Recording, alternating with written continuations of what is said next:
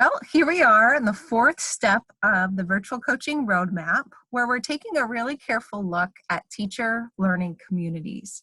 And so our very first step within that bigger step is to survey our teachers, to get to know them, to figure out their wishes and wants for their own professional learning journeys. Now, a teacher learning community is defined in lots of different ways, but I particularly like this definition from NCTE. It's a group of teachers or groups of teachers who continually inquire into their practice and as a result discover, create, and negotiate new meanings that improve their practice. And that includes the coach. Coaches are co-learners, learning right alongside their teachers in the classroom and outside of the classroom. We have specialized knowledge to help lead the way, but we are in this together with teachers. And so I like to think about a pact for learning. Now, a lot of classroom teachers create a pact for learning in their classrooms, and students agree upon it and maybe even sign it and keep it up all year long.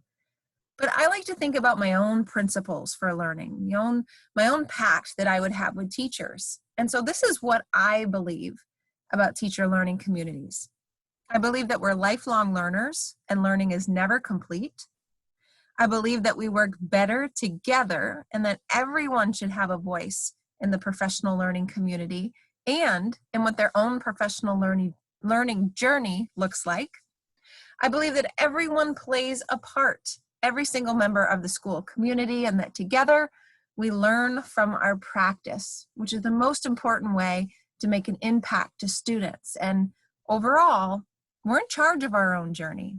So we can work together, we can put in the work, but we need to have a say in where our learning goes. And so our pact for learning with teachers in person needs to directly parallel our work online as well. So I urge you to think about your own pact for learning that you would create with teachers. What would your 3, 4, or 5 statements be? And how can you make sure that those statements that you value so much in real life are finding their way into your virtual world as well? Now, here are a couple of examples of how it could work. This was lifted directly from my book, Literacy Coaching, Transforming Teaching and Learning with Digital Tools and Technology. And on one side, we see a listing of ways that we can build learning communities in schools. Book studies, grade level meetings, sharing books for pleasure, reading research, school-wide events, and so on. On the right, we can think about how those same activities can translate and shift into digital and virtual spaces. We just go to online communities and widen our book studies.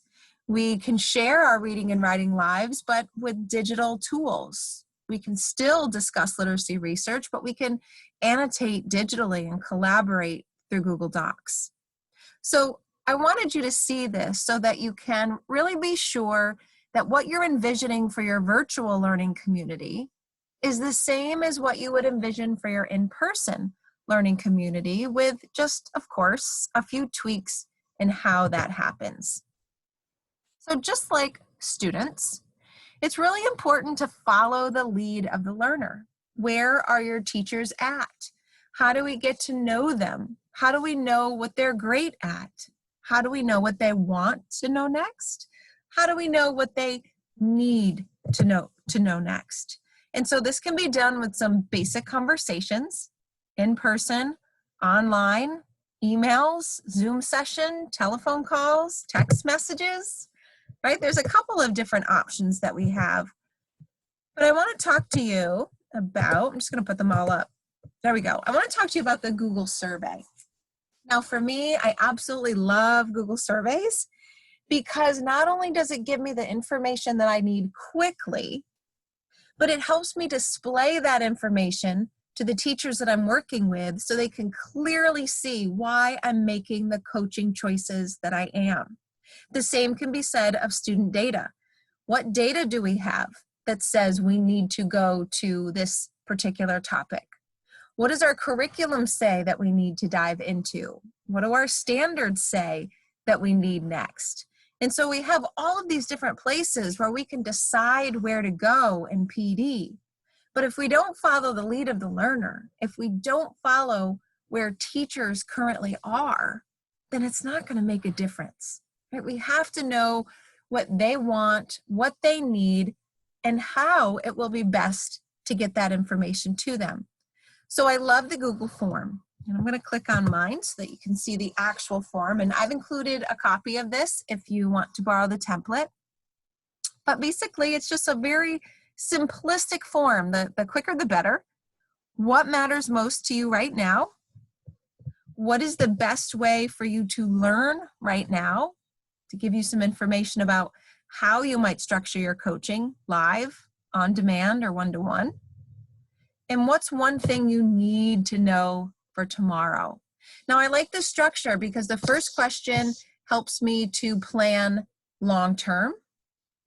Then I get more information about how I'm going to actually do that. But then I can also get something that I could help teachers with immediately. And I can show that I am useful, right? I can show that I'm helpful and that our coaching partnership is one that will be worthwhile. Now, once you have data in your form, the great thing is that you can show teachers exactly what they said, right? So there's only one response in here to show, but you can see, you could say to teachers, okay, we're going to focus on reading response and digital writing because that's what you asked for. Here are the results from our group, right? And then if they're typing in other responses, it would be there. So I love using Google Forms for exactly that reason. It's quick, it's easy, I get the information I need, and I can show teachers why I've made the decisions that I have. And so you probably guessed it, your turn. It's your turn to create a survey to learn the wishes and wants of your particular teachers. So you can create your own Google form and put in a couple of questions based on what you want and need to know the most. Or you could copy the questions that are on mine or request to even access mine. And that way you can just open it up and save a copy. And then personalize it. Change the color, change the background image, make it inviting, and make sure the questions you're asking are to the point, are quick, but give you the information you need. And then once you have that, maybe you send it out in an email, or maybe you give teachers 10 minutes out of one of your virtual PDs to actually take it on the spot and then pull up the data immediately and have a conversation around what they want their professional learning community to look like. Or send out the email on Monday, come together on Friday for a meeting to talk about it. Or send it out on Monday and then on Friday, open up the results and record a quick screencast like I'm doing so that everybody can see what the data says and how that's guiding the choices you're making for coaching.